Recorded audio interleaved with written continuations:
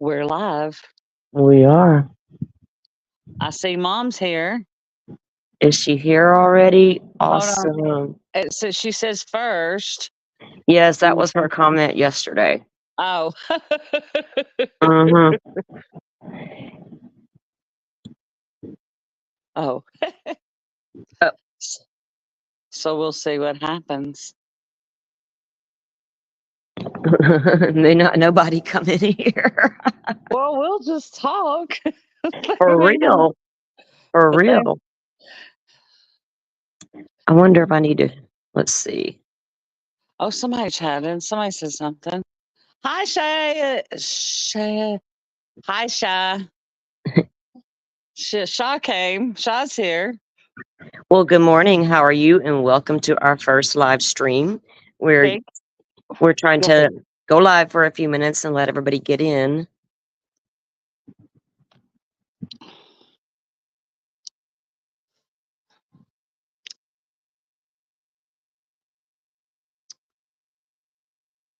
We're just having some coffee and some crime. I'm going to talk about what we're gonna do, what you'll see over here on our channel. Yeah, we're gonna get into some morning crime and coffee and talk about some upcoming cases we're going to be watching and things of that nature, and just kind of introduce ourselves and see the community and get a feel.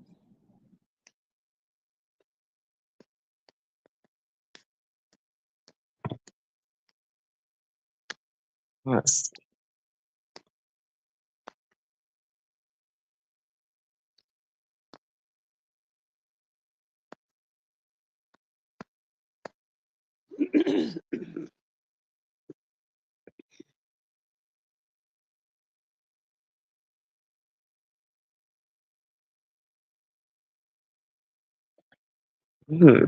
We have several cases we are going to be looking at and reviewing, and these first couple of cases, they're active right now. They're the ones that I'm because I've been looking at some from the beginnings until now, and some of these the cases I'm going to be talking about have already had arrest made in the cases, so it's not going to be like a hunt for who done it.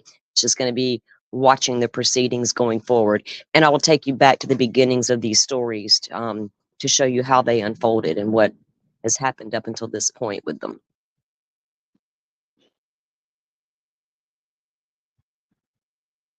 And we will also, after we go over some of the cases that are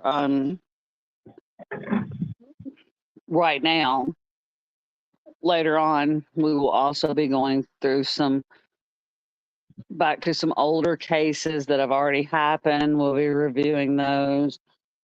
We'll also be doing some missing cases because we do want to keep missing persons out there.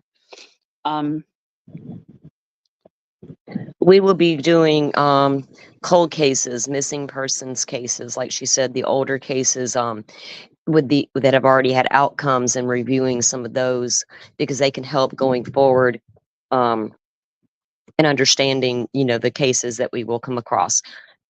Okay, are you just following me on TikTok, or have you been on my TikTok before? You can subscribe. Oh, I'm sorry. Go ahead. No, either way, welcome in, and thank you for subscribing to the TikTok, and I hope you subscribe to the YouTube as well. Yes, you can subscribe to the YouTube as well. Do you know how to drop a link from here? I didn't see an option for me to do that on here. That's why the few technical things I still got to get worked out. We'll get there. Yeah, we're still working out some.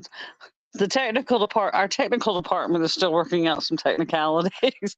But you can also subscribe to us on YouTube as Salty Sleuth Investigates. I think my @ though is actually at Salty Sleuth 67, but the channel name is Salty Sleuth Investigates. And if you hit that notification button, you'll be notified every time we go live. And this is Kimber, my co-host. Yes, I'm Kimber, the co-host. That's got a nice ring to it, Kimber. Kimber, the co-host. It kind of rhymes. It kind of does, doesn't it? What country are you in, Shaw? Yeah, I was going to ask the same thing. I got a little bit of rain headed my way. I'm in Florida, and we got a little bit coming in today as well. We had rain all day yesterday. Uh, it's summertime, man. It's here. It's time for the rain to be gone.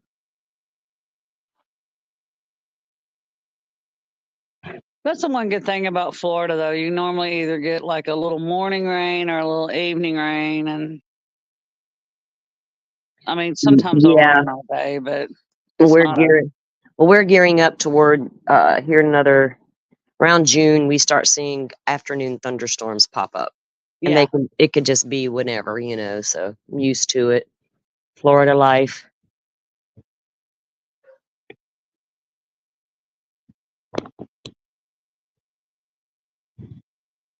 Let's see. It looks like we have like 4 viewers. I think one of them's myself. I think one of them is myself.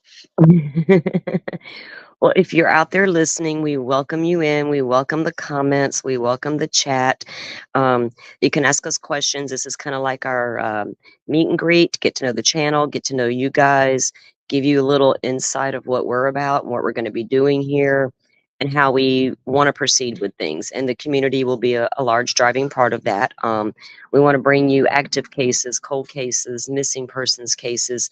It'll kind of run the gamut. We will also look into things like evidence and forensics. Those things really intrigue me, and they come up in the cases all the time.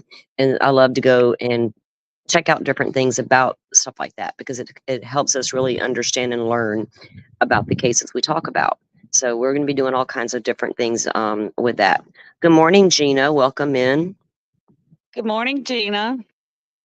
Glad to have you.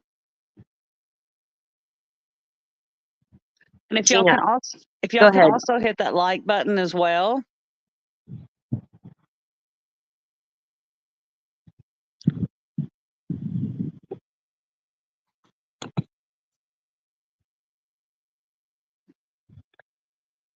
Gina, I know I've seen you around for a while. You've been around for a while, haven't you?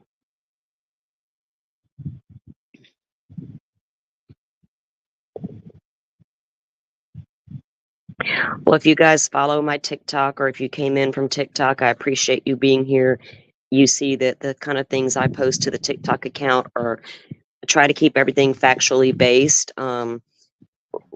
We will get into discussions at times about theories and things of that nature. And I want to remind everybody this is a true crime channel.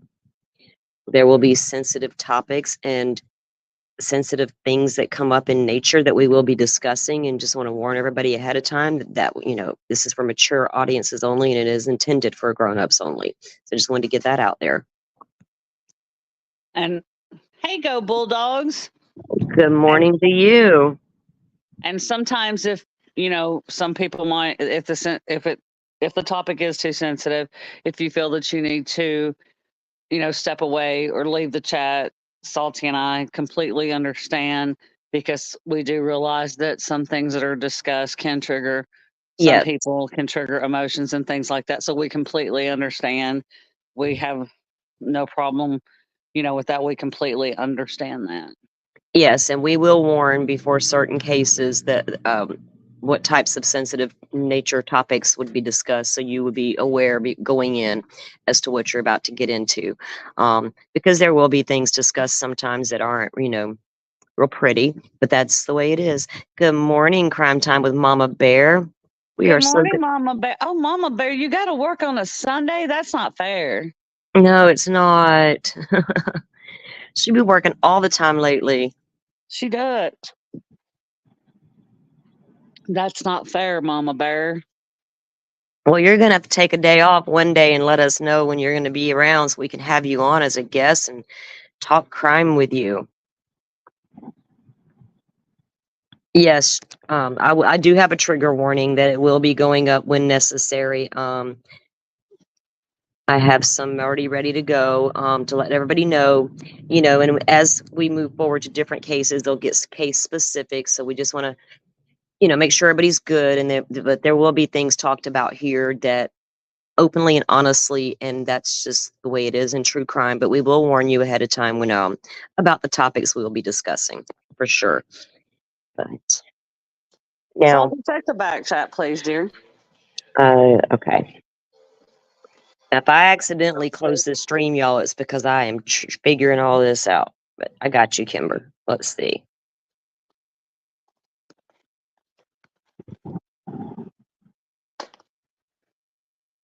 Yeah. Yeah, I got to figure some of this stuff out as we move. And I'm going to be talking to some people today to figure. And Mama would probably be the one to talk to about that, Kimber. Mama, we have a little technical difficulties sometimes, and I might need a professional advice from you. Hello, Michael. Welcome in. Welcome in. Oh, yeah. Hi, Michael, welcome. Yes, from Dago's Discord. Well, thank you for joining in. I know I've seen you around quite a while, so welcome in. We're glad you're here. If y'all want to hit that like and subscribe button when you're coming in, and if you hit the notification button, you will be notified anytime that Salty and I go live. We haven't decided completely our schedule as to how many times we'll go live or for now we know this will not be a daily stream, simply because some of the cases we cover will they can be lengthy. So we're going to break some of these cases down into parts as we start moving through them. But we will get a schedule together between Kimber and I and let you guys know. Now, we may be doing this Sunday thing regularly. We're going to try it and see how that goes. And we will probably stream during the week, probably in the evenings because of Kimber and I's schedules. And we will also be going live at random times if there's certain things happening. Certain cases start breaking, or if there's something new, immediately comes up in a case we're all actively following, we'll get right on it. But good morning, Duchess. Welcome in. Good morning, Duchess. Good to see you here.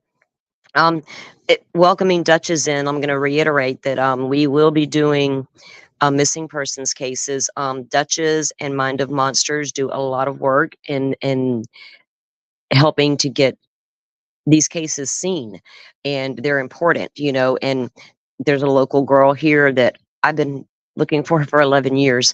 So I totally appreciate all of their hard work and their efforts, and we want to help get the word out as best we can.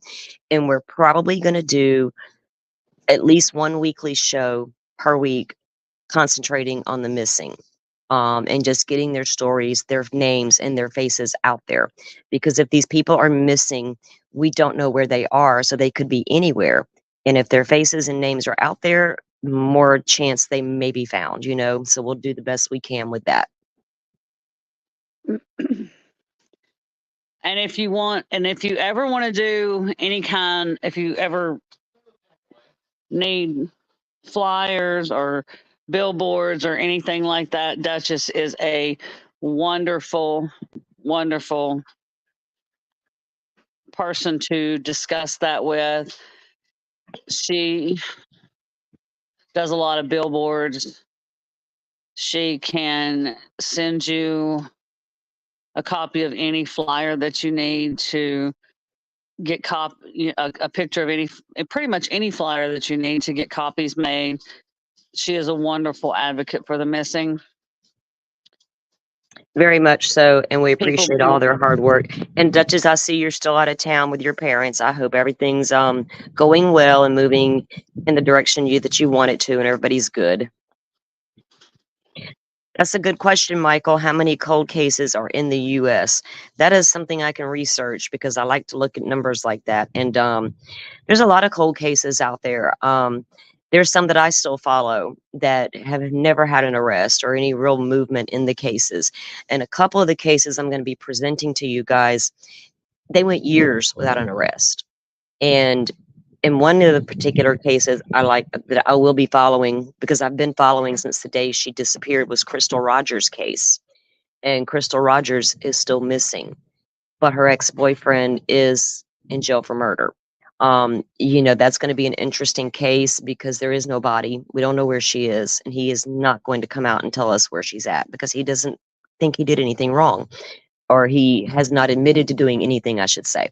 But it's a complicated case, to say the least. There's moving parts to that case that you wouldn't believe. That case really has a little bit of it all, and it's all backed up in court documents and different things that investigations that have went on with the case. Crystal, her father diligently investigated her murder, or her disappearance rather, for the first year she was gone. She was a mother of 5 children. She had 4 from a previous marriage and 1 with her current boyfriend at the time. Duchess, I'm sorry, Salty. I hope everything works out okay, Duchess. Oh, yeah. I know it's rough with aging parents. I've been there, so I know it's rough. Yes, I've been in that position as well, and it's a hard one. So you stay strong, girl. If you need anything, you reach out and let us know. Yes, ma'am. Michael, Crystal was 2017 when she disappeared from, I'm sorry, 2015, July 5th. She disappeared from Bardstown, Kentucky, and under suspicious circumstances. And like I said, her vehicle was found abandoned on the Blue Ridge Parkway with a flat tire. Her keys and her purse and her phone were all still in the car. And she has never been found.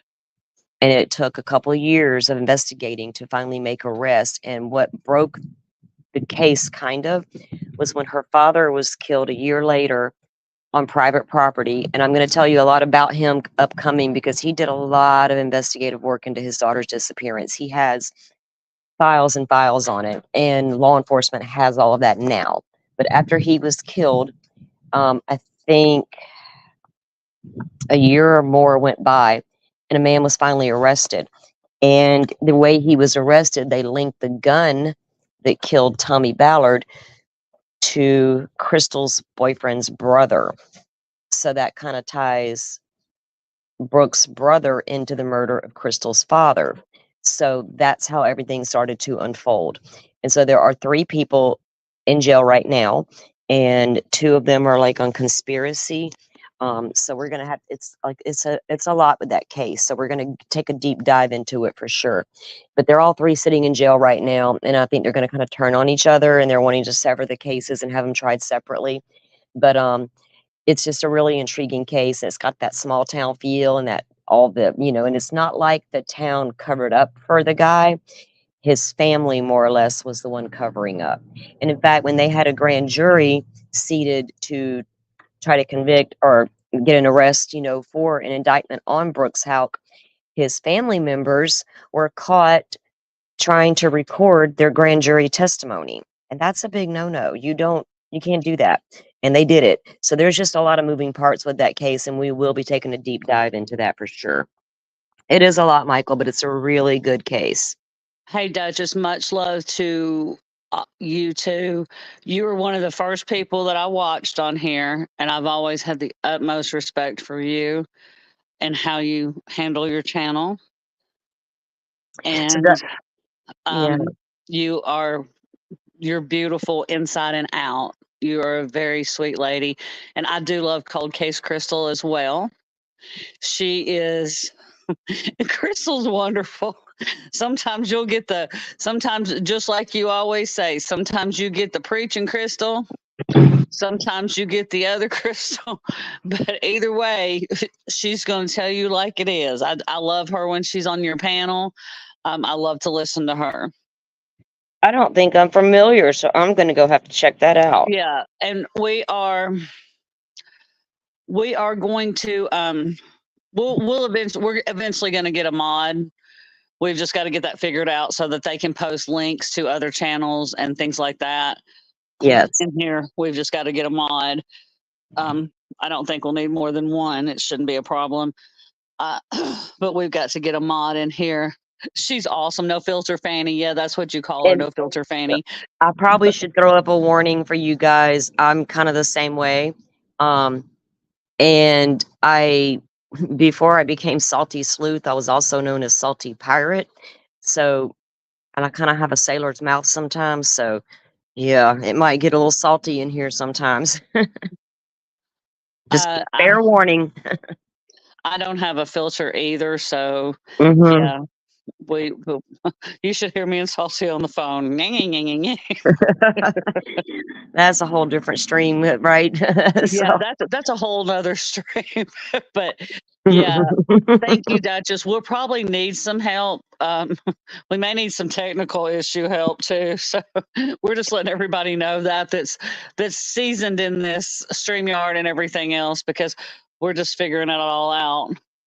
Yeah, y'all make fun of us and stuff, but don't let us know about it, okay? I'm just joking. We don't know how to do that. Watch them We figure do. it out. We don't mind the feedback and the criticism. If y'all think something isn't right, let us know. Yes, please, please do.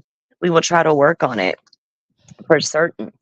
I'm interested though. I mean, I know that a lot of people do follow a lot of different cases, and I'm that person. I don't like to get stuck on one, because these cases, if you literally follow from beginning to end, they can take years to complete.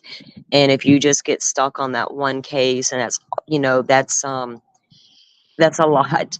And I like to have different things to talk about. So I do follow probably about 4 to 5 cases at a time.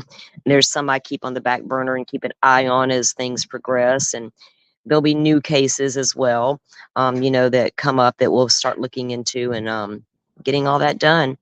And we, Thank you for go ahead. sharing. Thank you. We'd appreciate it if you did share our channel, Duchess. Yes, such as we appreciate that. We appreciate the support from the community, because it means a lot. And you guys are great. Kimber and I have been watching a lot of these creators, and we talk about the things we want to do and how we just want things to flow over here on this channel. And I'm really going to keep it about true crime. There's a lot of great channels for a lot of great different things, you know what I mean? And we tend to go into those channels for whatever the content we're looking for. But here we're going to keep it crime, and focus on the missing. And also, I'm a huge victim advocate, and I also want the rights of the accused protected as well, but I don't want victims trampled on in the process. That's one thing that bothers me. And I understand wanting to keep, innocent until proven guilty, but also I feel like victims get lost in the Yes. rhetoric. That reminds me of the Lori and Chad Daybell cases. And if you guys know or don't know, Chad Daybell was found guilty of the murders of JJ and Tylee and Tammy.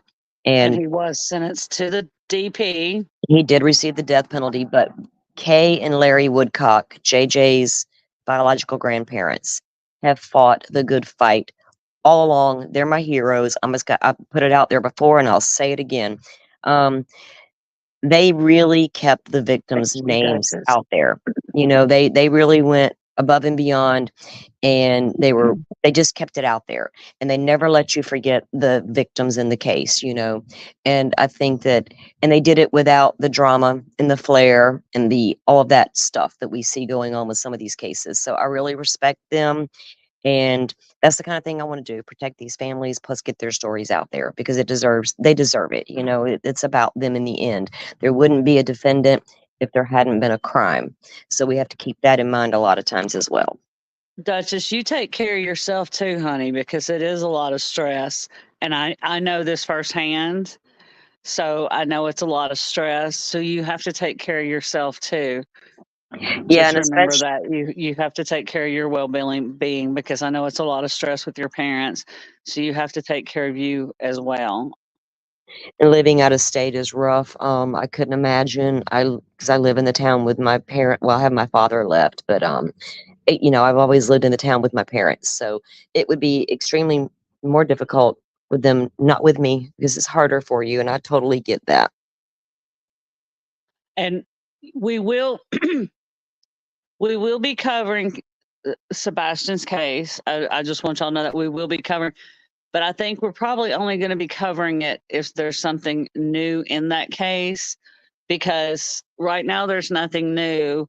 There's not a lot to cover other than the drama that goes with that case, and That won't be covered here. Yeah, we don't want to get caught up in all of that. So we'll be covering it, and we will be keeping his name out there because like Salty has some cases that are close to her heart that have happened in Florida. Sebastian is close to my heart because he's, 20 minutes from me. So we will, I guess like Salty has one case that is hers. I guess Sebastian is mine. Yes. And I want him brought home, and we will keep his name out there. We will keep a lot of the names of the missing, just like Summer Wells or, because Summer Wells was from Tennessee as well. And we will try to keep the names of the missing out there. It's just that we're going to avoid all the drama that surrounds us.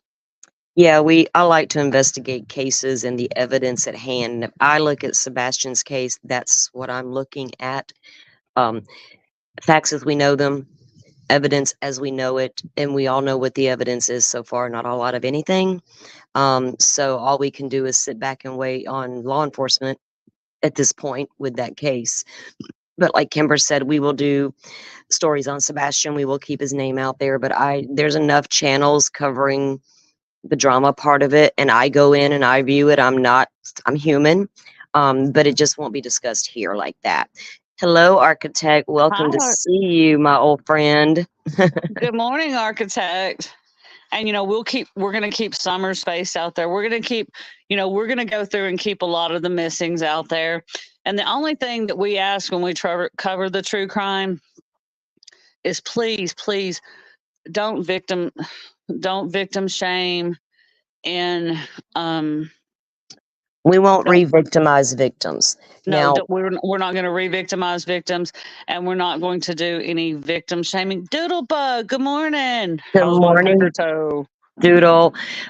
With that said, there will be theories discussed with these cases, and there will be things discussed that may not come from court documentation, but it will be done in a way that I don't want it to cause drama, and we're not going to put out misinformation, disinformation. I really want to steer away from that because as a creator, I don't even know what that term means anymore, but crime, I don't create these crimes.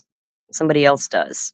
All I can do is report on them and bring you the facts of the cases, and let's look at it. You know what I mean? That's what our take will be over here. And I'm also a really big fan of Mr. Steve over at True Crime Web because of the evidence and the forensics involved there. That really intrigues me, and I love to go watch some of his stuff and chit chat with him. And also my friend Architect here, we have a lot of really deep, good conversations about cases that we look into. So there's going to be a lot of good things coming out of here going forward, and we just really are glad everybody's tuning in and wants to be a part of that. And we really hope to bring it to you in a way that is respectful and makes you want to come back and view these cases and really get into them. And we will be following court cases as well. And as we go through those, there's a lot of people who have not followed court cases real closely or even really watched trials. So we'll be doing some of that as well. Because if you understand procedures and the justice system and things of that nature, it really helps you with these cases going forward. Because when you don't understand something, here's me. The way my brain works, if I don't understand and I'm interested, I'm about to go learn everything I can learn about it. And, I will double check where I get the information from and double check the facts of it and then present it. I don't want to just go throw something out there and say, look what I found and this could be. That's not going to happen here. And if y'all have a missing case, a missing persons case that y'all would like us to cover on our stream, I'm going to set up an email where you can email me and you can send it to us. I've got to get the email set up, but you can send that to us and we will be happy to cover that on our stream for missing persons. My email should be on the YouTube channel in the community tab or on the about section. Oh, okay. There you go. Email should be listed, and if you want to email us about cases, like she said, the missing cases you want people to look into or us to take a look at with you, or any cases that come up, even locally to your area, something interesting to you, if you want us to take a look at it, send it over. We'll be taking a look at them. This is a great big world with a lot of things going on and a lot of us all over the place. So there's going to be a lot of, there's always cases out there. Always. Hi, Doodle Bug. How's my pecker toe this morning? I'm going to have some really weird something in Discord in a few minutes.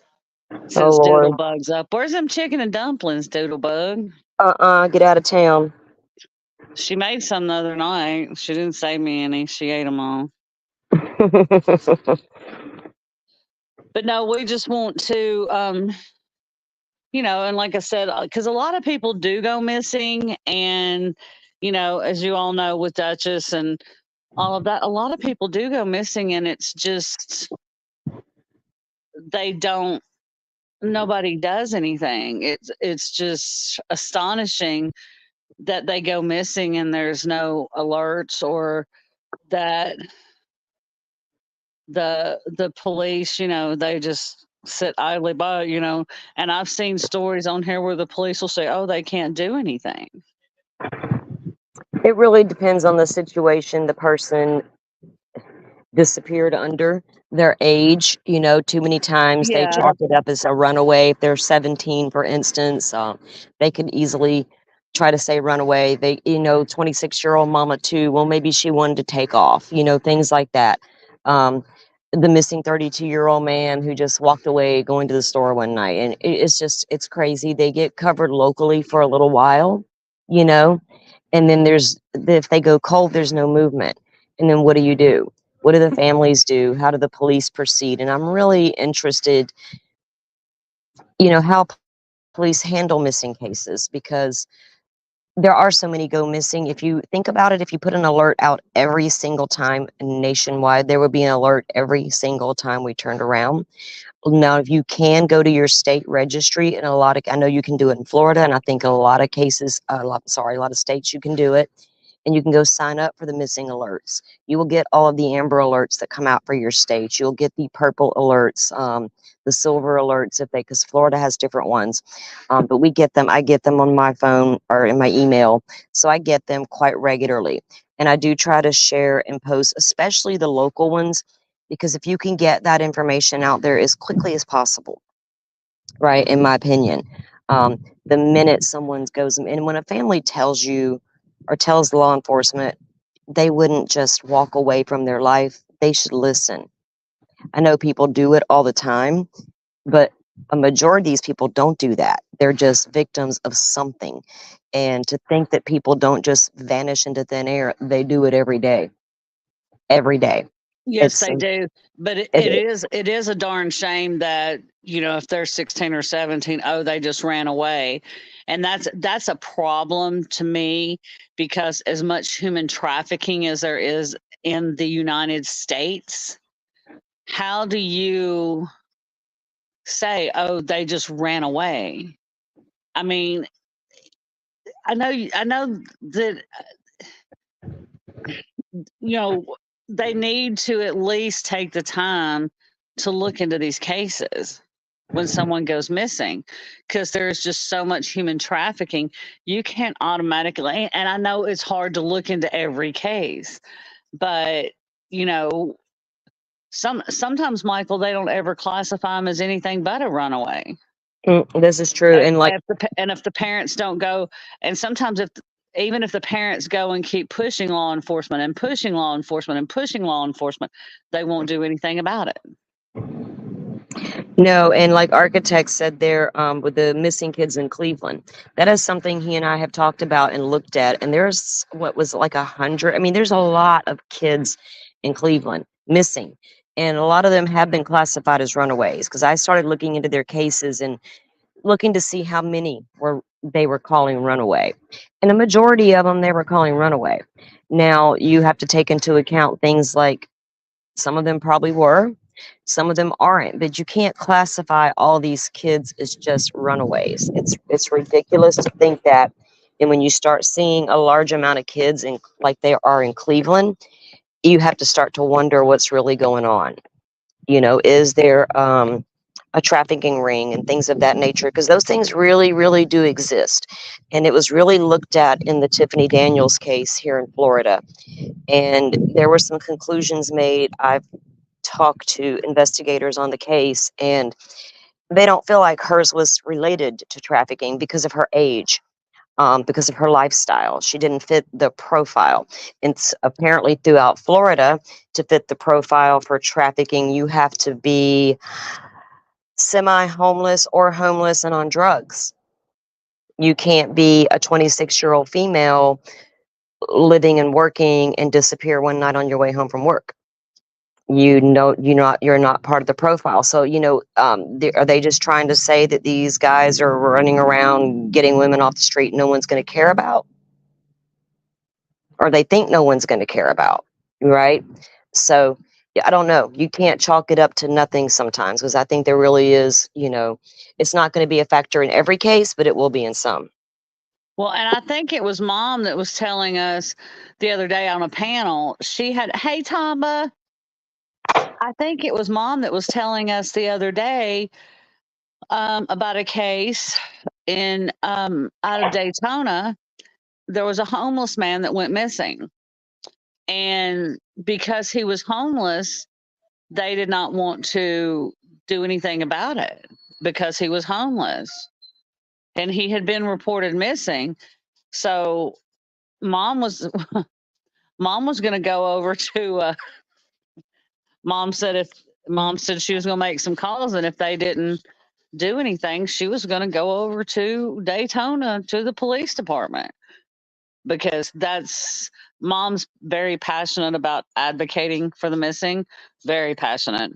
And I know she's got that sweet little voice, but I can picture Mom walking up in the Mind of Monsters, walking up in the police department and telling them what for, and that, this man deserves to be found.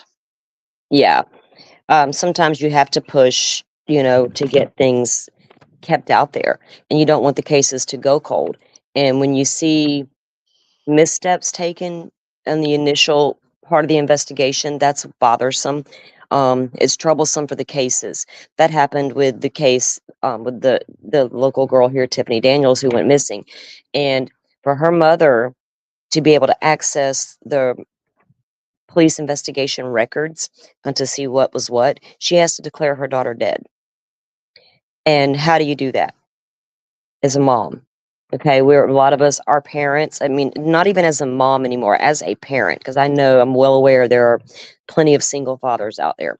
So as a parent, how do you do that? You come to that decision. It would be a hard one. It'd be a hard call. And the fact that we can't get a lot of the material that we need to review for her case is just crazy to me, that after a certain amount of time, they should be able to release certain things to the family, and let them do their thing. Even if they do hire their own private investigation team, taking a look at what law enforcement has, and even with videos. And I know that there's videos in the case that were never released to the public, and I don't understand why. It really could have helped with the timeline on her case. The last known thing we known she did was drive across the Pensacola Beach toll bridge and head out to the beach. And then her vehicle was found later.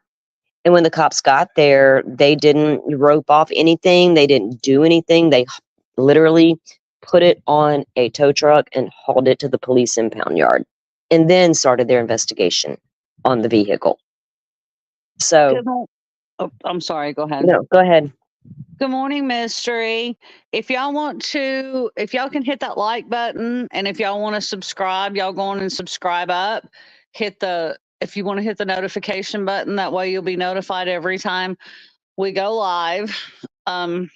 Like I said, like we said, it's not going to be every night at first, but we're going to get our schedule organized and get everything together. We're just kind of working our way through it right now. And we'll have to schedule judges to come on and talk to us about these missing persons and how they're handled and when they're classified and how they're classified, because she's really up on all of that. And there's a lot I've got to learn as well. So I love to learn. So we will definitely schedule something with her. And Mind of Monsters coming. She was supposed to be in Thank here you, this morning, but Mystery. she'll be in later maybe, but they're really good channels for doing the missing, and we applaud them, and we just want to help out as much as we can with that, for sure. And I know that a lot of you followed the Madeline Soto case. She disappeared the same day that Sebastian Rogers disappeared. I was really looking into that case heavily, all the way up until Stern's arrest. And when we figured out Maddie was no longer with us and we were waiting on the arrest, then we all kind of, well, not all, but the ones that were deep diving that started, paying more attention to what was going on with Sebastian, and we were already sharing information. But that's the Maddie Soto case I don't know that it's going to be a lengthy case because I expect Stearns might try to get a plea deal. I don't know if Florida will offer it.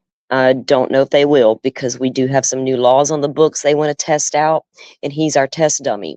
So I hope that they stick it to him as best they can and that it does stick. Because under the new law, because of what happened to Maddie, he could receive the death penalty, but it's already being challenged constitutionally in Florida. So I don't know if that'll stick or not yet. It'll be interesting to see that play out. And the new law that Mom helped write, Mind of Monsters, that was not in place to protect Gannon Stock, is now in place to protect Maddie Soto. So big round of applause for Mind of Monsters for her work and her tireless efforts in Florida to protect these children, because we will know a lot about that case and what was done to Maddie, but we don't need to know those autopsy details. We simply do not. They will Yes, come out. Michael's. Yeah. Stephen Stearns the Madeline Soto case is a death penalty case. I forget we're not monetized, so we can say death penalty.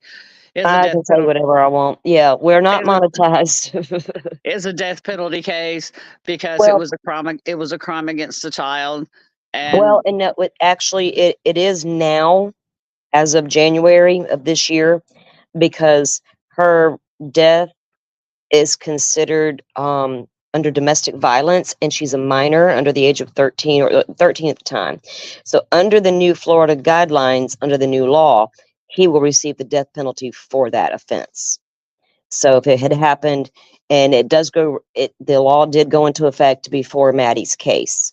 So that's the difference. If it had happened 2 years ago, he wouldn't have received it. In Florida, we have to have special circumstances mitigate the death penalty. And we've had it in place here for many, many, many years. We're well known for our death penalty here, but now it applies to these special circumstances for children. So we'll see if it sticks and if they are able to do it, because like I said, the law is already being challenged under the Constitution here in Florida. Yes, Michael, it was the Madeline Soto case was very unsettling. It's awful. It's just a horrible case what Madeline went through. And yeah, Stephen Stearns needs the death penalty. There's a lot of emotions attached to that case that I don't mind getting into, because I think a lot of educational stuff is missed with these cases, and how humans operate, right? What you're willing to put up with and not put up with, and red flags you should notice, and things of that nature, because we're all having a hard time wrapping our head around how a mother could not know something like that was going on, and the different things we've seen. And from the documents I've been able to read so far, I mean, I do think she'll get charged eventually. I just don't know with what yet. And I almost venture to say, and this is purely speculation, that they're not sure who harmed Maddie. It could have been one or the other. Just Stearns is the one they know took the body and disposed of it. And it could have been one or the other that that harmed her, or it could have been a joint effort. Yeah, we just don't know yet. And so those are the kinds of things we will speculate on and talk about, but would not downright accusing people of anything, because I have no clue. I don't know. I am 50-50 on cases until they go to trial. I may lean a certain way based on the evidence I'm presented. That evidence could change going forward, especially when new motions are filed in cases, because like with gag orders, right? In the Idaho 4 case, we learn more about what evidence they do and don't have through the court proceedings and the court hearings. And that will tell us a lot of things we don't know. And Ann Taylor herself said she'll be filing, her motions to dismiss will be coming. And within those documents, they're going to have to talk about evidence to an extent. Even with a seal, things will come out. So, moving forward, there's going to be a lot of moving parts with these cases we can look at and discuss. And we will be happy to answer any questions that y'all have. Salty mostly, because I'm just learning. I'm just learning a lot. But Salty's teaching me a lot too, so. Oh, Tomboy, that's great that you have families sharing. I've shared it on my personal Facebook. I do share Sebastian out that way. My family also shares. I'm in the Southeast, so I really felt like a while back, especially with the alleged North Carolina sighting, I was like, we really, really need to blanket the Southeast with this child's picture and name, just in case. If somebody's on the move and they're moving around, they could have went the other direction, granted, but it's really important. We all have our different regions we live in, and if we share their faces and names out, it gets a broader view. And so I always encourage everyone to share them on your social media platforms, whether you do Twitter, Facebook, Instagram, whatever you do. Share the flyer. You don't and ask your friends to share. That's really all you have to do, and all you can do sometimes is to share and share and share. Oh, Tomboy, that's awesome. On the back of your truck. That's awesome. That's a good idea. When people are at the red light, what they're going to do? They're going to look at the back of your vehicle. So that's Yep. that's a really smart thing to do. Because they're going to see the back of your vehicle, and you got the flyer. All you have to do is get it laminated, and it's not going to. And if they're like me and they have their glasses on, they'll be reading it while they're sitting there.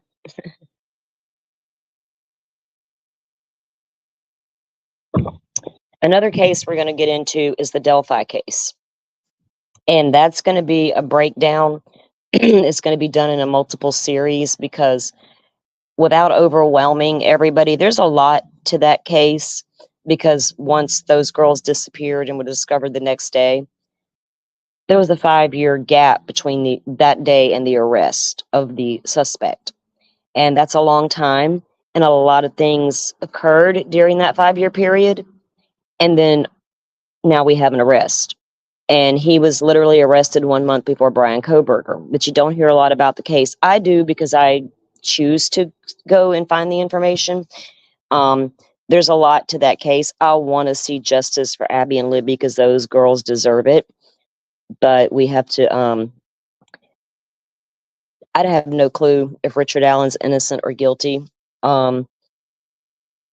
Yeah, Michael, it's a big mystery, and I think it's more of a mystery than Idaho 4, to be honest with you. I haven't seen anything else filed in Idaho 4 court documents that tell me anything other than where we're at, but Delphi, you do. And when you look at what is being said about what could possibly really have happened, and you look back at the investigation and all the things that occurred, there's a story there. And and the trial's not going to happen till the end of the year. So I really want to take everybody through that case to present without overwhelming you. So I'm going to try to break it down to the most significant parts. There were several other suspects looked at before Richard Allen that looked very viable, that you would have thought, sure, that's the guy. And then it turned out he wasn't. or allegedly wasn't. So that's a really good case I want to get into because there's so many moving parts, so it takes a minute. And I do plan to bring in a guest to discuss that case with me. Um, she knows a lot about it, and I reference her work a lot because she's really put together a lot of great information for us to go seek out and find and use, and documents to go back and review, and interviews and things of that nature. So there'll be a lot with that one. Like I said, though, that'll be I don't think Delphi can be done in one stream. I honestly don't. I don't want to present it that way because you need to understand the whole story, in my opinion, to be caught up with it.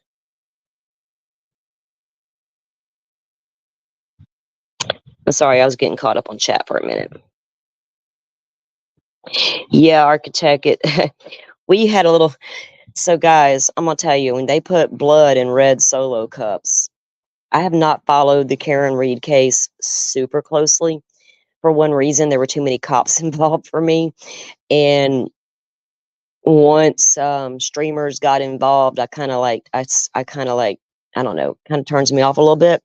But with that said, I have kind of followed the case, and boy, that's a hard case. I don't know that Karen Reed did anything wrong that night, and if she did, it was an accident. Which I don't know why she wouldn't just say that. You know, maybe it was an accident, but whatever. But they did some really poor evidence collection in that case. You can't do that. I mean, what did they have? Like a snowblower architect where they blew away snow with a snowblower looking for evidence. And I kind of want to do a video on that case just to show what kind of occurred there and what, because it's a crazy, insane case. And like, there's a lot of moving parts there, and it was just too much. It was too much with the other ones I follow. Hey, Tomboy, what did Mosquito Arena say about donating 1 week to have Sebastian's Flyers run on their bit board? I have not had enough coffee. It's apparent. Blit board. Girl, crime and coffee in the morning. You better get with it. Bit board. Is there any coffee left? Is there any coffee left? My husband just shook his head no. I have to go to the Diet Dr. Pepper now for my caffeine. I got a big ass cup. I call it my big ass cup of coffee. It's my tall tumbler. When I have my regular one, then I have my big ass coffee. So oh, that's awesome, Tomboy. Let us know what happens with that. We'll keep our fingers crossed. Definitely, that would be awesome. Yeah, architect, I agree with you on that. From what I have looked at in that case, it really does appear to be way overcharged because I just don't see intent there. Like, I'm just gonna run you over out here because I'm mad. I'm like, what? That's not what it appeared to be. I think they did overcharge her, and that's crazy. I couldn't believe the actual charges. I mean, that's intent to do that, and accident is so different, vastly different. And that's why I didn't understand the overcharging, and if she really thought she might have done it, because she did make statements alluding to that, which I can see that. I talk out loud, and I'm problem solving, so I'll be saying stuff out loud that, like, working through it. So I could see her saying, did I hit him? Did I hit something? I could totally see that. That doesn't mean she did. I mean, maybe because if you, and honestly, if you're backing up and you bump somebody, I don't think you're going to cause what happened to him. When I looked at the reports of his injuries and things of that nature and all of that combined, it just doesn't appear like he was maliciously ran over and left. I don't know if any of you been following the Karen Reed case or not. If you have and you are interested in that case, let me know. I don't mind covering the different cases you guys do want to look at, because that's important to us as well. Yeah, if there's a case that y'all want us to look at, that's something that interests y'all, because y'all as our viewers, that's, we want to keep y'all coming back to watch. So y'all as our viewers, we want to know what y'all would like to see as well. Definitely. And I know there's only a small group in here and it may not even need to be said, but when when I do discuss Idaho 4, it's going to be case related facts as we know them out of the documents. That's it. There won't be any of the other stuff going on here with that case because I'm well beyond all of that at this point. There's a man sitting in jail charged with quadruple homicide. And now it's up to him and his team to do their job. And I'm here for it, right? I'm here for both of them to do their job. And it's going to get real super interesting to me from a case following standpoint because I've known for a long time she was going to go after the FBI. That's a hard battle that I'm definitely here for because not many attorneys do it, right? So I'm interested to see how far she can take it, how far she can push it, and what kind of case precedent going forward she might get out of this case. There's one down there. There's one in Texas, Tamba. What is that case down there that's going on? I would love to take a look at it. Is it the Lady Lake murders? Tamba would know. Yes, I know what you're talking about. The Lady of Lady of Our Lake. Architect might know the name of it as well. There's like what the drownings, right? The mysterious drownings that continue to occur there. And it's men. It's men. Yeah, it's men like a serial killer. I think it's the one near Austin, Tamba. I think it's the Lady of the Lake murders or something like that. I'm going to write it down so we can take a look at it as well. Yeah.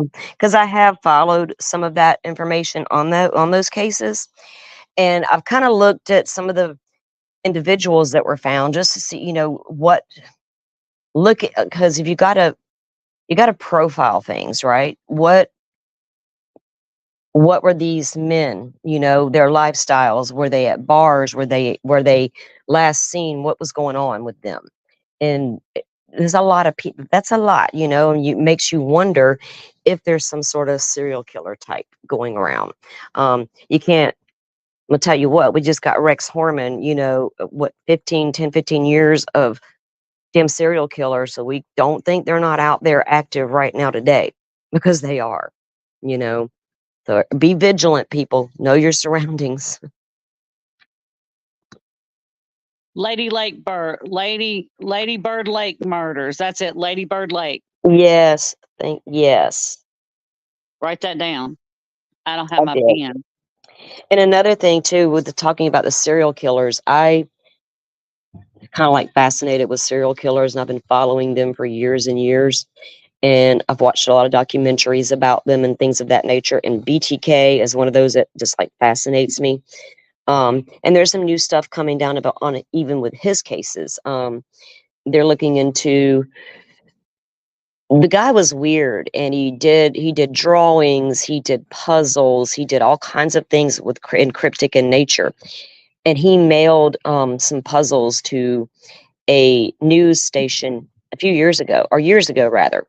Anyway, this been finally brought to light and turned over, and within the crossword or within the puzzle, he had the address and the name and this and that of a certain individual that was murdered years ago. And now they're looking to see, and they've been looking into it. There's a task force that was put together several months back to look into some of these claims. And we really weren't sure what the claims were at the time. But some of that's starting to come out now. So I will be following up on that and kind of bring you the story of BTK, because these serial killers are strange. They live among us. They have normal jobs. They could be your neighbor, the guy you see at the store in the mornings when you get your coffee, whatever. They're there. And it's insane to me how they just fit in with society. You know what I mean? Golden State Killer did the same thing. Good morning, Wildfire. Welcome. We're glad you're here. I'm working on some more caffeine right now. Maybe I'll be able to speak in a few minutes. Good morning, Wildfire. We're having a little impromptu get to know you session, going over things we'll be covering in the channel. And yeah, just kind of getting familiar with everybody and with the channel and what we're going to do and how we want to take things. So welcome in.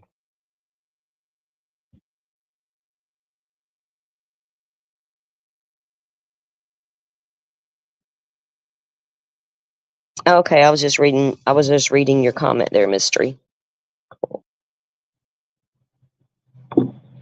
Another case I want to follow up on that I've been following it since it happened, but the Kansas City moms who went missing and then were murdered, Jillian, Kelly, and Veronica. That case is interesting to me because of the people that were involved and what they were involved with. And I don't know that any of them will see trial before they plea, but just kind of going over that, because I kind of like gauge what's going on with society and what these people were up to in that community, and the people who were afraid of them is very telling. And this is how things get covered up in small towns. And fortunately, even though we heard very early on people were afraid to talk, which you kind of hear that sometimes, you're not really sure how to take it, they were really afraid to talk in that case. And as soon as the authorities were able to make arrests, people started talking, which told me that says a lot. They're like, oh, okay, they're in jail now. Now I can say something. It's like, dang, did you expect to be murdered if you thought, what? That's crazy. But it's just an interesting case. There won't be a ton to cover with that, but there's a good story there that I would like people to know about, because you need to watch out for certain things in this, in this life. And we will also be delving into, because I asked Salty about this, the West Memphis 3. That case has interested me since Paradise Lost came out. And right now, Damien Eccles, because y'all all know they took an Alfred plea. So right now they're trying to go, Damien is trying to have the DNA that was found at the scene reintroduced, because I do believe that Jesse, Miss Kelly, I can't think of the other guy's name. Love you, Duchess. Take care of you. Take care of those parents. Have a good day, sweetheart. But I don't think that they are guilty. Damien is working on having the DNA back into court, so we will be covering some of that too.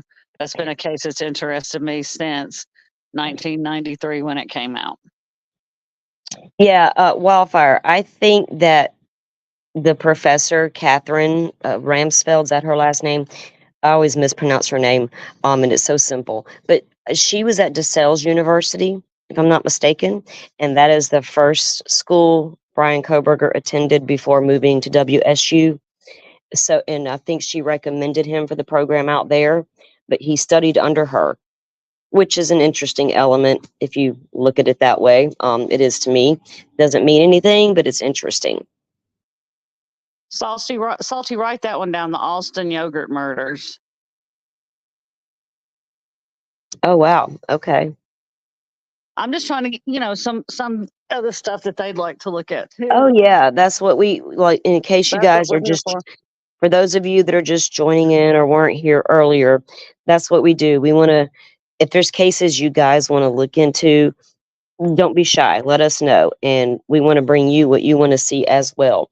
And taking deep dives into these cases is what we want to do. But we're going to be going over current cases, missing person cases, cold cases, cases that have already happened and had their outcomes, all of the things. So anytime you guys have a story you want to hear about, let us know, and we'll definitely get on it. And I love to research.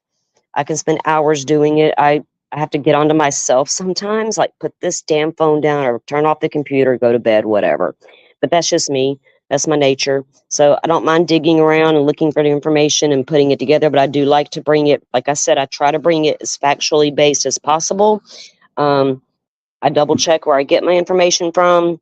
I double check things with other people that I trust, just to make sure, because I don't want to, you won't see me just throw out stuff and call it something, because that's confusing. to the community, to me, to the cases, and I don't want all that to jumble up things. So we're going to try to do it, as very best we can. Did I lose Kimber? Well, I've lost my partner in crime, people. Maybe she'll come back.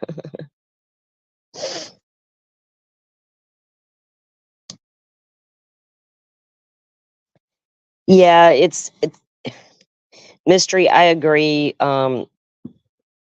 There will be things talked about here. Hang on, guys. I'm sorry. Let me get her back into the show real quick. Oh, I don't know where she went. Let me see. Sorry, Kimber. I think she's trying to come back. Okay. You back with me, Kimber? Yeah, I hit the buttons. You know how I am. Like I said earlier, if I hit the button, we go down. Y'all just please excuse me, but it was Kimber no, today, not me. It was me today. So yeah. Yeah. So I will discuss things differently with Idaho 4 than most people. And that's not because I'm different. I am different in a way because my brain works differently with these cases. And there will be things discussed with the Koberger case moving forward that just sheds light on things. That's it. Nothing, that can't be backed up with anything. But I will honestly keep my Idaho 4 coverage limited. I'm just going to say that. Mystery, I do need to quit touching buttons because sometimes I'll like flip off here for a minute and it normally keeps it up. But today I couldn't find it, so I just closed everything out and then I was gone from panel. Yeah, that's how that works. She left to go get some of that coffee. Yeah. Or that diet drink she needed to go get, whichever. I got it going on with that diet drink now, girl, because I need some caffeine. I'm always having caffeine. I can't say I have too much because I don't think I would survive right without it. I'll get headaches, you know what I mean? I do every I've been, time. yeah, I can drink it at night. It don't bother me. It helps me relax. But no, we hope you all enjoy how we do our channel, and thank you, Wildfire, and like I said, we take suggestions on any cases, whether they be old, Ted Bundy old, older than that, just to go back and look at. Oh yeah, because we're gonna review some cases like that, some older cases, because I think Salty and I were discussing it one night. A lot of people think, oh, they look normal, so they're okay. But, just because they look normal, they're not okay. And I think we all have learned that. But, like Ted Bundy, he looked totally normal, but he was not okay.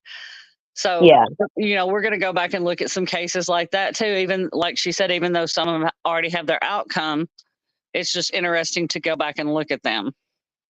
Well, thank you, Miss Harmony, and we appreciate Mind of Monsters for recommending us and for you coming in and joining us and listening in. We really appreciate you being here. Thank you for joining us, Miss Harmony.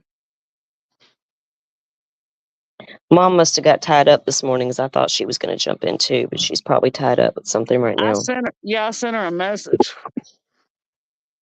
Yeah. On the Discord. No, Michael, serial killers never stand out, but I'm like Salty for some reason. Like serial killers, I guess it's the mind of a serial killer. I think it's a very complex thing, so it stands out, and it probably shouldn't, but it interests me. Yeah, it's how their minds work. It's how their minds work. And the fact that I don't want to be a serial killer, but it's just, how does your mind work? What drove them to? What drove you to go out and kill, 12 people? What drove this person to go out and do this? Yeah, they all have different reasons. You know what I mean? They all are prone to take something or leave something or do a specific thing signature-wise that shows it was them. And they like to take credit for their work. It's really weird. The torturing ways some of them have. BTK did it. He would call and he's done it. He had called victims. Rex Horman was doing it. He had 15 burner phones, and he was known to call the families after he'd murdered their loved one and tell them, or say bizarre things and different things. But these people, it's dangerous to go and tell a community that normal looking cannot hurt you, because it absolutely can. Now, Rex Harmon may not look very normal to a lot of people, but he was just a regular guy, married, working as an architect, living next door with a couple of kids, right? Bundy was this charismatic, good-looking guy. We see it all the time. BTK had a wife and a couple of kids and all that. So it's very interesting how they operate. They're not all going to be that weirdo that you saw in the corner that looks just crazy at you. You know what I mean? I'm sorry. Hold on. I'll be right back. Okay. Tomba, how did you get a doctor's orders to drink a minimum of 40 ounces of coffee a day? And I want to know how you hopped in the kitchen to get a bowl of cereal. Did you hop back? Did you spill it? I need to know.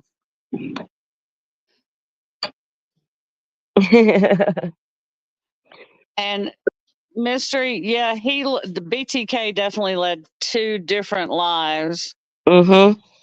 Most definitely. And and everybody wondered when Rex Horman got arrested, how did his wife not know for all those years? And I've watched BTK's daughter talk about that and how you don't know. And I've wondered, how do they not know that your man's weird, right? Something's going on. With Horman's case, she might have actually known things were going on. We don't know yet. We're going to take some dives into that case as well, because it's really bizarre and interesting. Like I said, I like looking at these guys. So, but there's just so many differences that go into play, and it's not like a cookie cutter type of thing. And a lot of times their past, from the way they grow up into things that happen through it, kind of forms who they become. And that's always interesting to look at to me. And then we may just have a night where we come in here and just chill, and y'all can ask questions about whatever case y'all want to, and we'll try to answer them. Miss Harmony, what I'm thinking about doing, based on evidence, is doing like a Q&A with Idaho 4, just to help clear up any bad information. Because if I pull information from Idaho, it's going to come from a court document, not some he said, she said, I heard this and that. Because even in my real life, don't come tell me you heard something. Please tell me. I need receipts.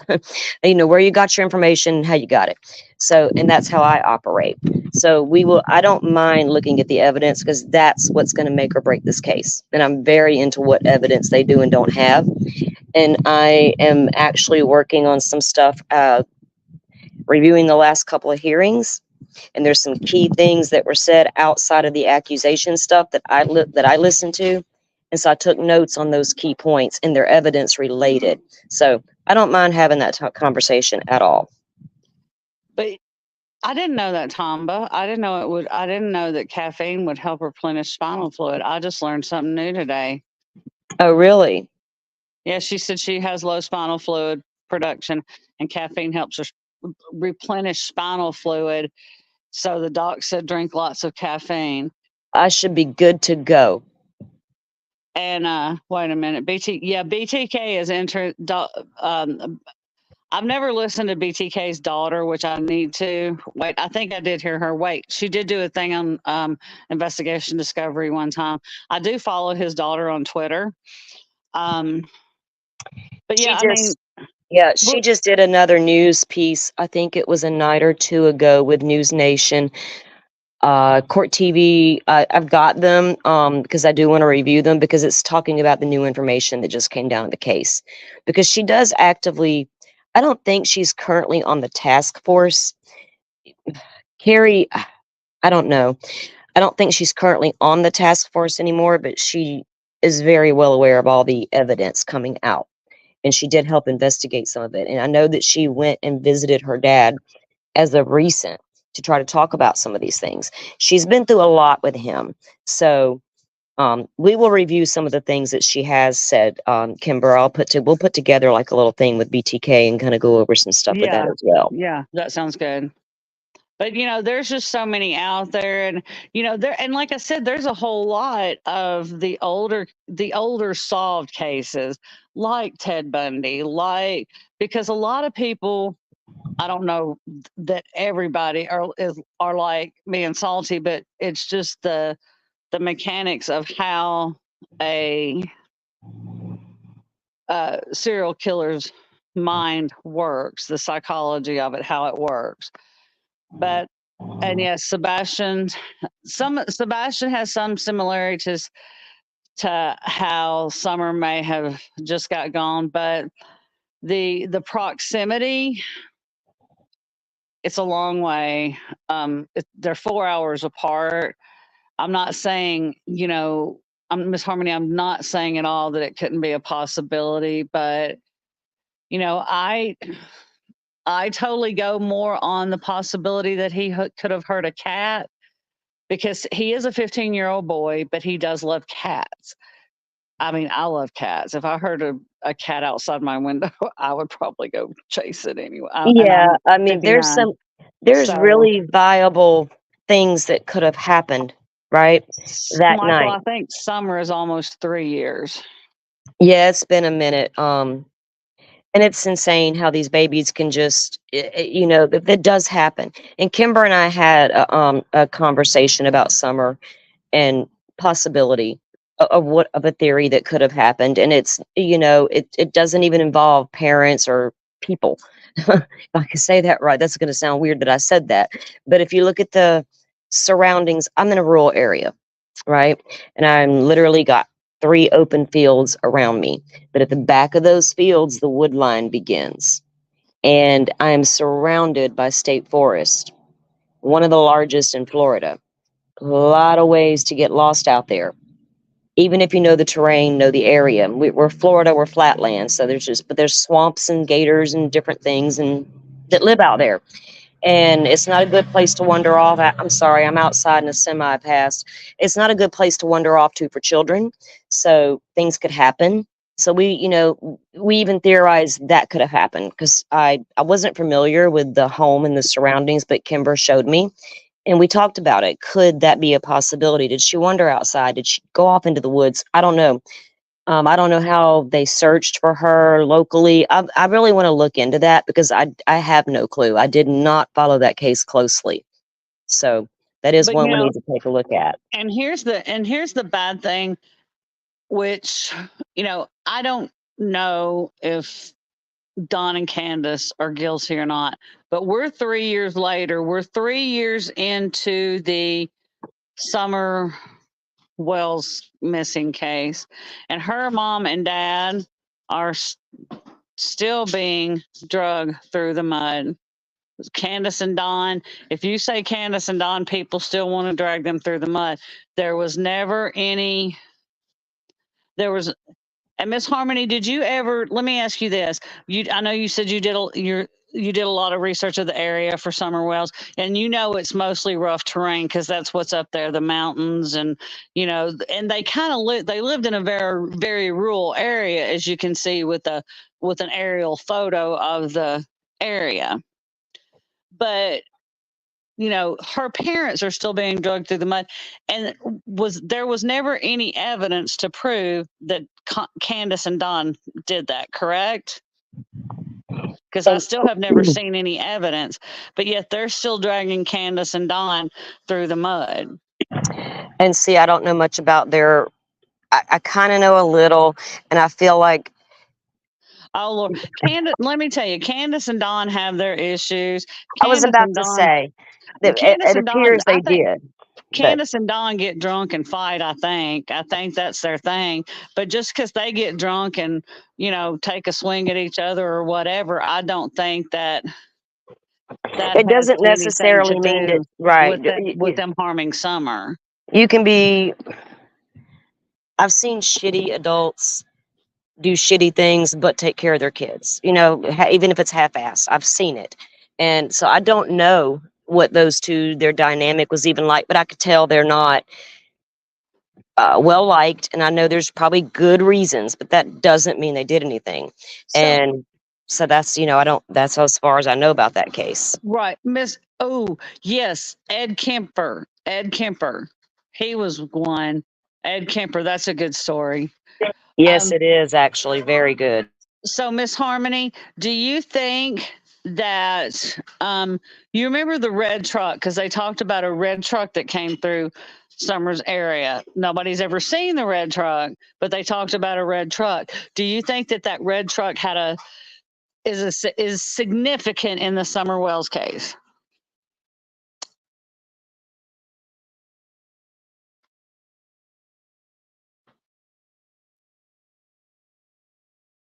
I just wanted to get your take on that because I know they talked about a red pickup truck that came down the road, and I'm guessing there's probably not. Did you write Ed Kemper down? Yes, I did. Okay. Sorry, I was refilling my coffee. Oh, girl, you drink so much coffee. So they found out where and who it belonged to.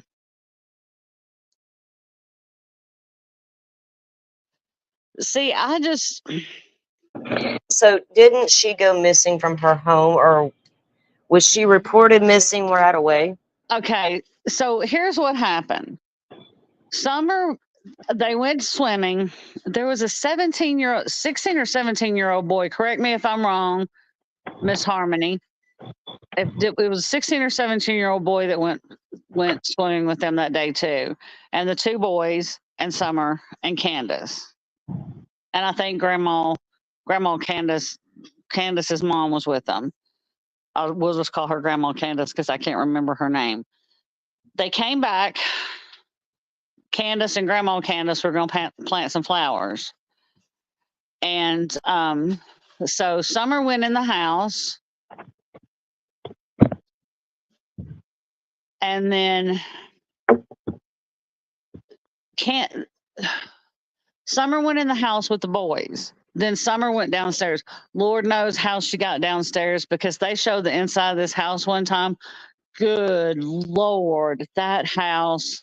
And Miss Harmony, I know she's seen the inside of the house. That house, I don't even know how those kids moved in that house, did homework, got food. I don't know how they did anything because there was crap piled up all over that house. I was like, oh my gosh. But supposedly Summer went downstairs because Summer, and I would have never had my daughter sleeping, and I would not have had my daughter sleeping in a downstairs room in a basement with the door to the outside. But she was dead. So she went downstairs, supposedly to her room, and there's that door there. So nobody knows. Now they did remove the other two children from the house. I'm not sure if that was case related or if that was just because the conditions of the home. No, I would venture to say conditions of the home would absolutely have gotten those kids removed. But this door was it locked? I have questions. I'm always going to have questions. I if I fix and investigate, I'm gonna be the investigator. I need to know if that downstairs door that led to the outside of that home was locked from you know what I mean? When the police arrived or when the mother noticed she was gone, whatever the story, when they got there, was that door leading outside locked?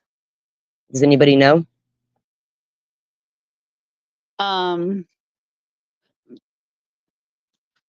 I'm gonna make note. I need to see that house. Y'all sending me down a rabbit hole, damn it. It's all good. I'm here for it.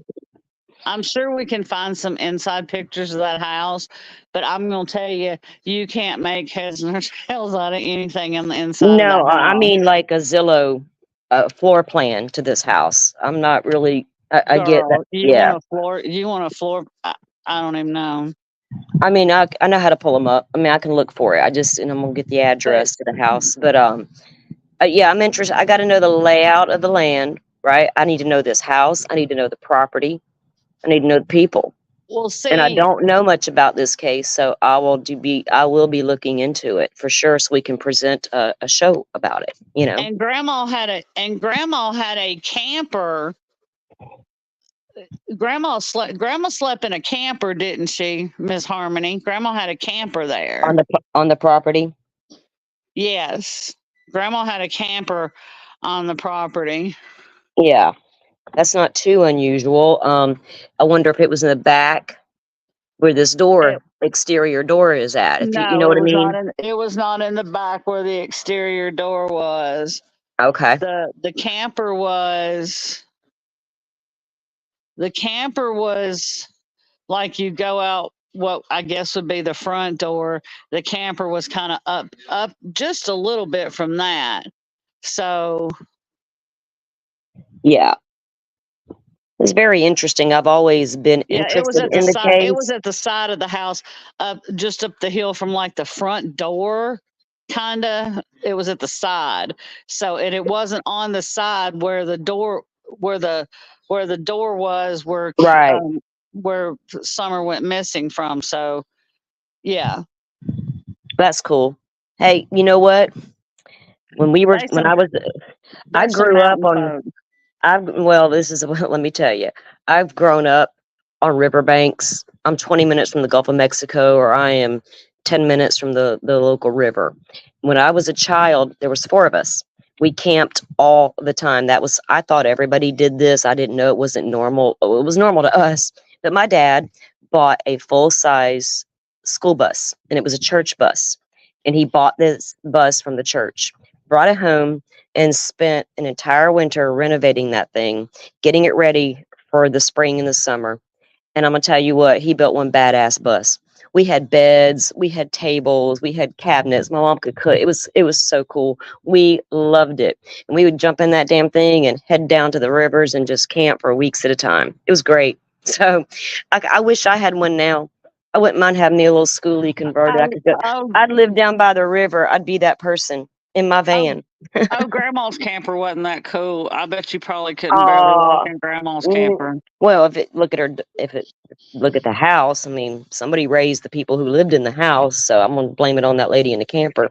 I don't either because that's a steep that entrance is it's very steep. So I don't know how a school bus and a camper got up that hill. I don't either.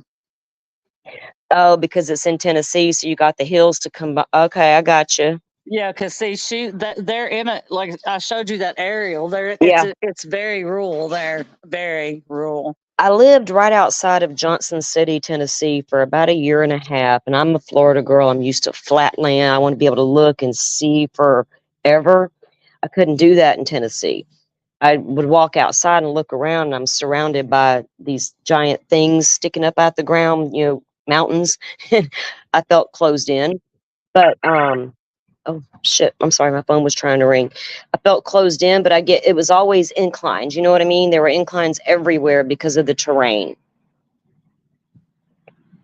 And you have to take terrain into account when someone goes missing, all kinds of things. Even with Sebastian's case, I've talked to Kimber about it because she knows the area. I don't.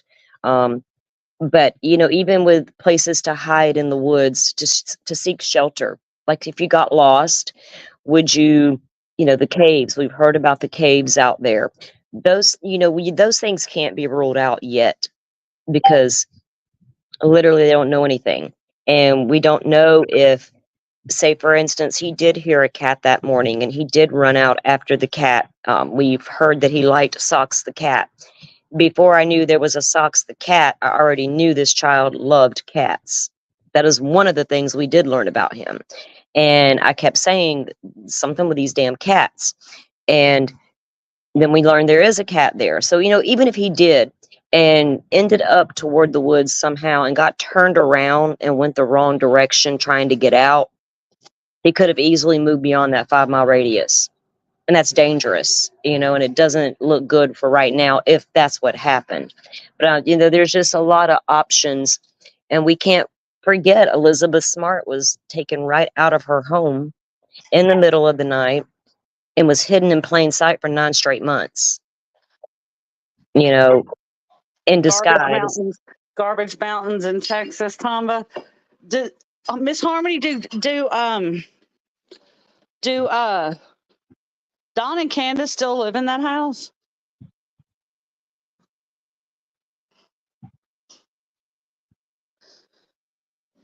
Do they still live there?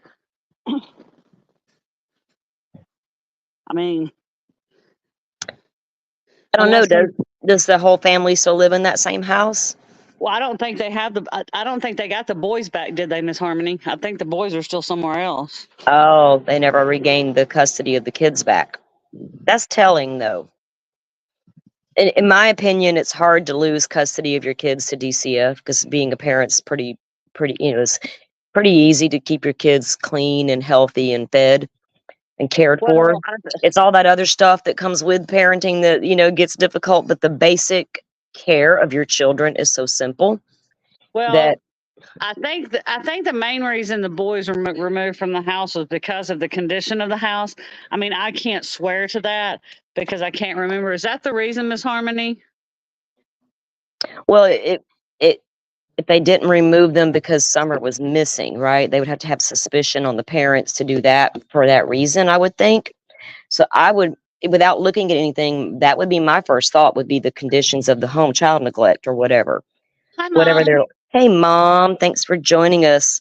We've been at this about an hour and a half, but we've been going, kind of getting to know everybody. We had some more viewers in earlier. Some have dropped out, but we've been talking for a while about where we are and what we want to do going forward with this channel and presenting true crime. And we have went over a lot of missing person stuff. You and Duchess was in here earlier. She came by to say hi. So welcome in, and we're glad you're here, and we're going to be trying to help you get the word out about these missing persons. We want to schedule you to be on. So there's an invite right there. That's what I thought it was, Miss Harmony, was that because of the condition of the house as well, because the house was in such bad shape. That makes sense, Harmony, because they probably both needed parenting classes too. Well, in Florida, it's kind of the standard, right?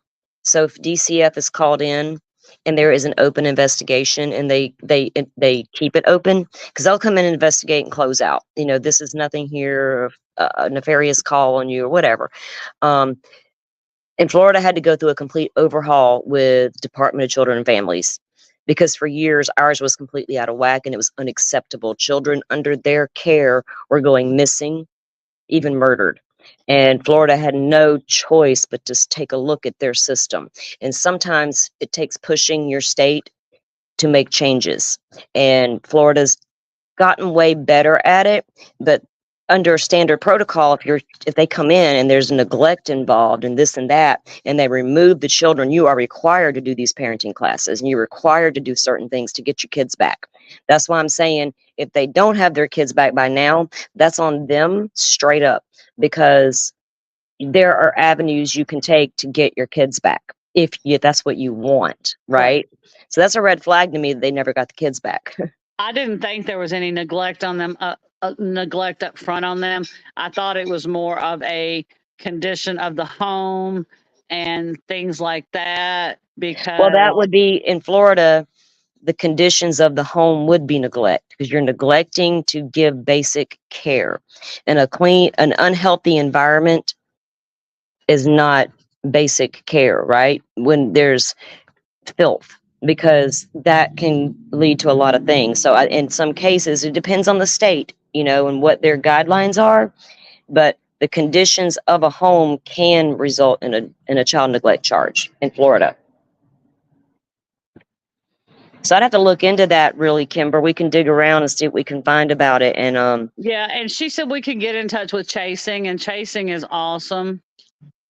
Who is that? Said that. Wait, hold on. Wait, who is that though? Chasing is another creator. She is she's one of the good ones, and she's, from my understanding. Bye, Michael. Thank you. Is she on TikTok? No, I don't. Mom. Chasing. Oh, Hold on. Who said chasing? Mystery said chasing. Hold on. Mystery said chasing. Miss Harmony, she's known Chasing since 2017. Chasing seems to be a good creator. And I've listened to Chasing before. So, but she said she went there to help clean up the property and search to try and help, I guess.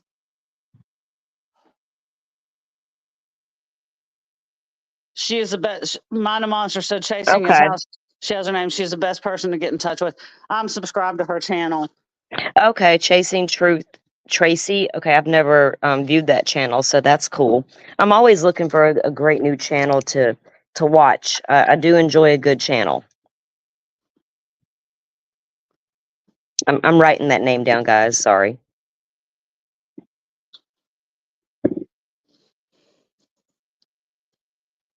And like I said, I will double check, but I'm pretty sure the email is on the YouTube channel page. So like we said, if there's cases you guys want to see us cover or bring to our attention, or just to help you shed light on whatever, drop us emails and we'll look into things and see if we can put something together for it going forward. And there are 1, 2, 3, 4, 5 cases that I'm actively following right now. And one is Idaho 4, but like I said, that's going to be a very document-based show each and every time I do one. Delphi, the same way. I want to do the story on the Kansas City moms because that story just intrigues me. Crystal Rogers, because she deserves justice in her family. Her mom has been through so much with Crystal disappearing, then her husband Tommy being murdered a year later, and now the arrests have finally been made. But I don't know. We don't have a body in that case, so I don't know how that's going to progress moving forward. So I'm really interested to bring that case to you. Yeah, Miss Harmony, I feel bad because there's not been many updates from the TBI on Summer Wells for a while, and that case is I'm got a feeling it's going to go cold. Well, I know how long Summer's been missing and things like that because I have known about the case for a long time. And then there's another child now, Sebastian. So now I have something to gauge this department by, and I don't know how I feel about that yet, because I feel like, and we have to remember we're living in 2024 and social media is very prevalent and a lot of things happen here in real time, real fast. And that's a big concern with a lot of the cases and the misinformation.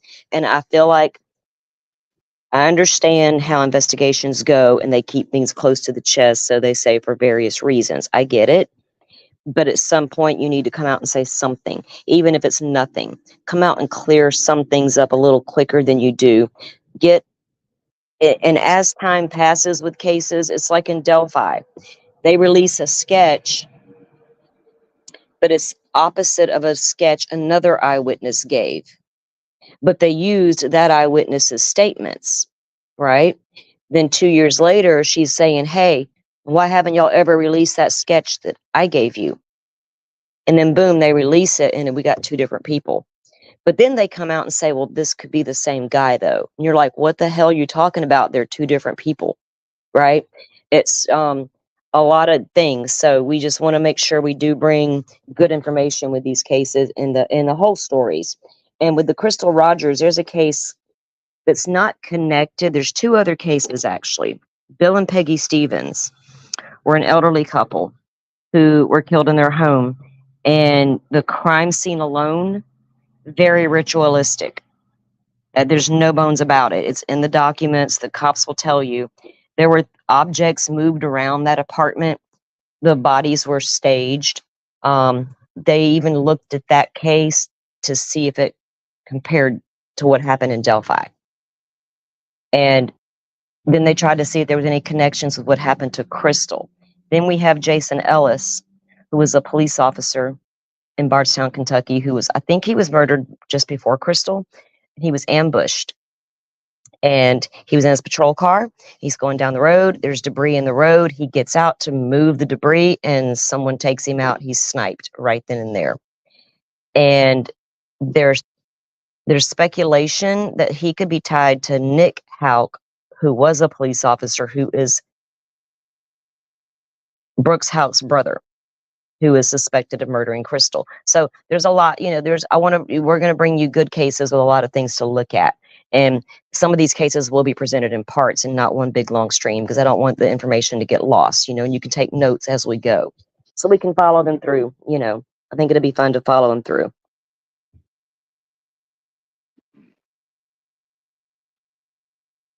Well, Kimber, do you have anything you want to add? Are you still with me? I'm here. No, I don't think I have anything to add. I think that didn't we want to do a Discord call with Mom? Well, yes, I'm gonna send her a message, and on the DM, and she'll get it. And I'm gonna set up something with her for later, or try to anyway. Maybe today or later today. I'll see what her schedule's like, because we do have something we want to talk to you about, Mom. And so we're definitely gonna be doing that. We'll be getting with Duchess and doing some work with her as well. Mr. Steve from True Crime Web is gracious. He does not mind if we show his work on here and help present things, and he hopefully will be coming on as a guest at times and talking through these cases with us. I do hope to bring in special guests that can. There's someone I talk to about Idaho 4 constantly, and we really talk about the evidence, and we also gauge society and how it's moving with these cases, right? Because we hear a lot about change of venues and the impacts and what how this all could hurt cases and things of that nature. And that stuff's interesting to me, and how the internet plays a part in that, because I don't think a lot of people realize, even with some of the channels I have viewed, you almost get the feeling, what are they really doing here? And I'm not going to name any names, because I don't even know if it's people you guys watch, or with some of these cases that I follow. But I don't want to, I'm not here to sway people and get everybody on board to think one way. We want to present facts to you guys based on what we know and how we know it, and everybody can kind of make their own determination and weed out all the drama and the crazy theories that go along with it, if that makes sense. That's our hope. That's what we will be doing. And like I said, when we do a show and present things on Sebastian, it will be based on the case. Any updates we get, and like I said, we'll be sharing him. But we won't be doing the drama here. Like I said, we go and listen to it, we keep up with it, but there's great channels that do a really great job on that. So our focus here will be true crime.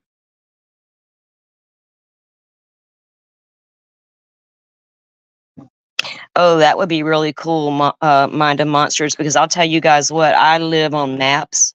When a case interests me, one of the first things I do when I hear about it is I need to go look, right? I find them on the maps, I go troll around, I get familiar with the area if I can. I know some of these places way better than I should, like Delphi and Idaho. I know a lot about those towns, and but it helps you understand.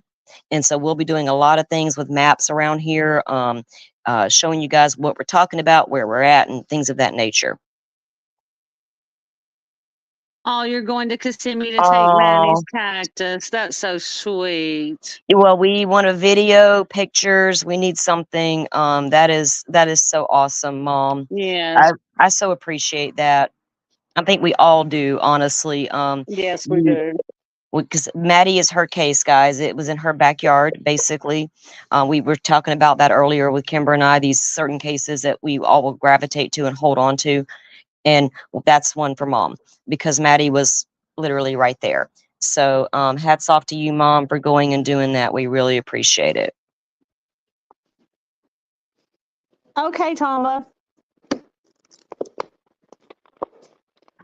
Well, So, I All right. mean, we hope that y'all all come back and join us and, you know, refer us to anybody that you want to. We just want to go over the cases and, um, you know, keep it Like, light and try to yeah, help everybody understand how the cases work as far as,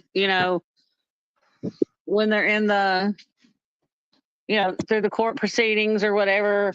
We do, like I said, we do want to keep the voices of the missing out there for sure.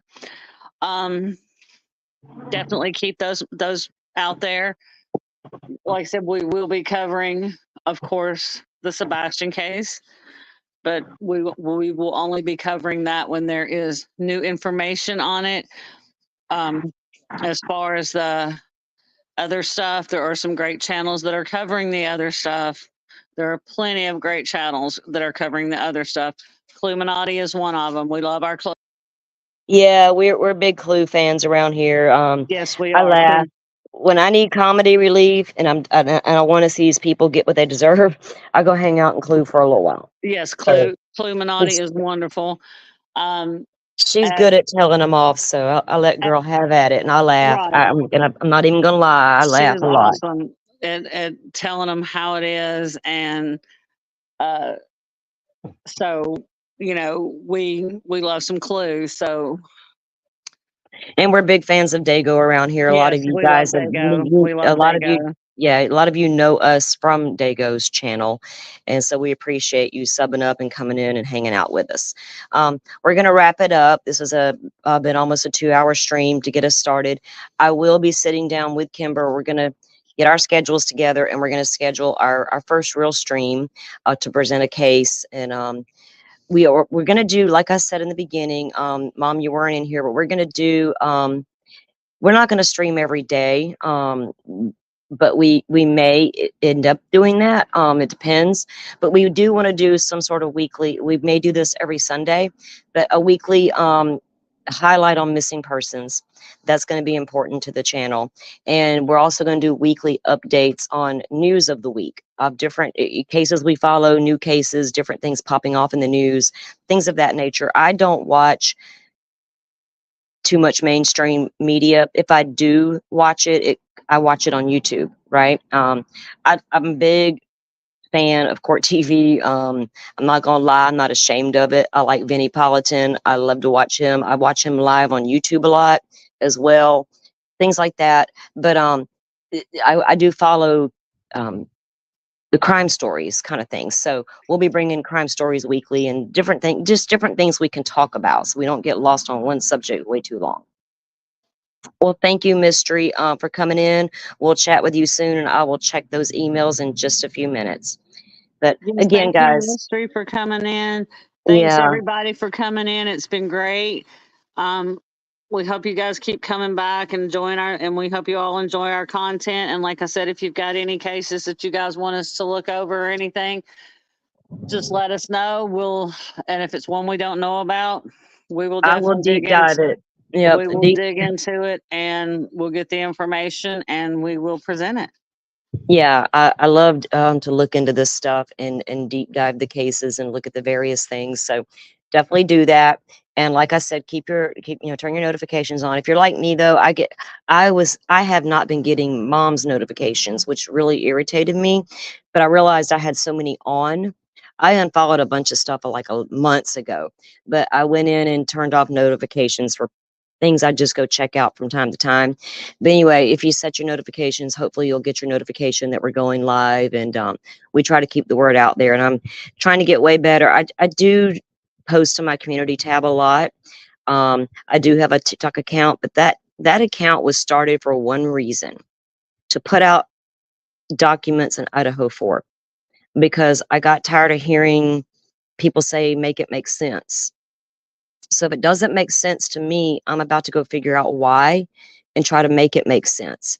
And so I was putting out those documents for people to read for themselves, and you determine what you think, right? Because I'm not here to tell you what to think. I'm just here to give you insight on different things, and then we can collectively, or you can make up your mind how you want. But so those things are going to be important to us.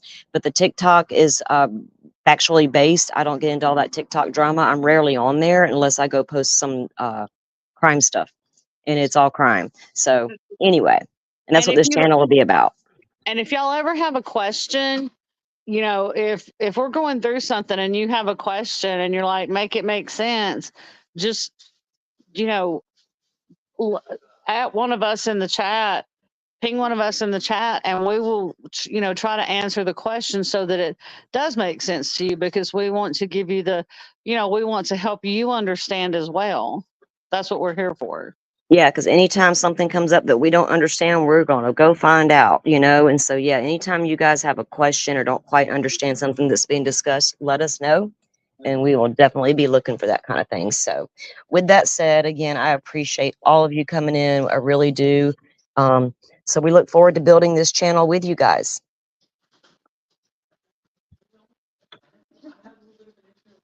And like I said, keep an eye on your notifications and check out the community tab and things like that. And I will certainly keep you guys updated. And everyone have a wonderful Sunday. Yes, yes, yes. And we will see you next time. And we will probably be back next Sunday to do this again. So we'll see you soon. Bye, everyone. Bye, everyone.